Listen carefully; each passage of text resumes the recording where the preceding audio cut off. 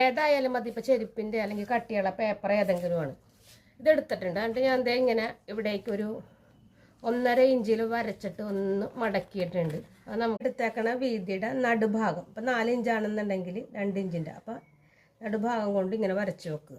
അപ്പം അതുപോലെ നമുക്ക് ആവശ്യമുള്ള ഇറക്കത്തിൽ 2-3 ഇട്ട് വരച്ച് അതിന് ശേഷം 2 വശവും ഒരു 1/2 ഇഞ്ചിനൊന്ന് കട്ട് ചെയ്തെടുക്കുക. അപ്പോൾ അതെ ഞാനിങ്ങനെ വെട്ടിയെടുത്തിട്ടുണ്ട്. ഇതൊന്നുമല്ല, നമ്മുടെ ഈ സ്ലൈഡ് ഉണ്ടല്ലോ, നമ്മൾ വന്ന് എവിടെയെങ്കിലുമൊക്കെ എടുത്ത് മാറി വെക്കും.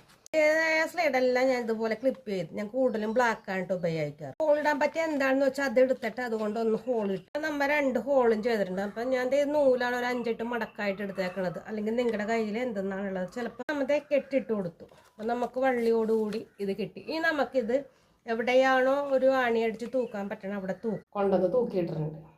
അപ്പം എല്ലാവരും ഒന്ന് ചെയ്ത് നോക്കണം കേട്ടോ. ഉപകാരപ്രദമായ ഒരു വീഡിയോ.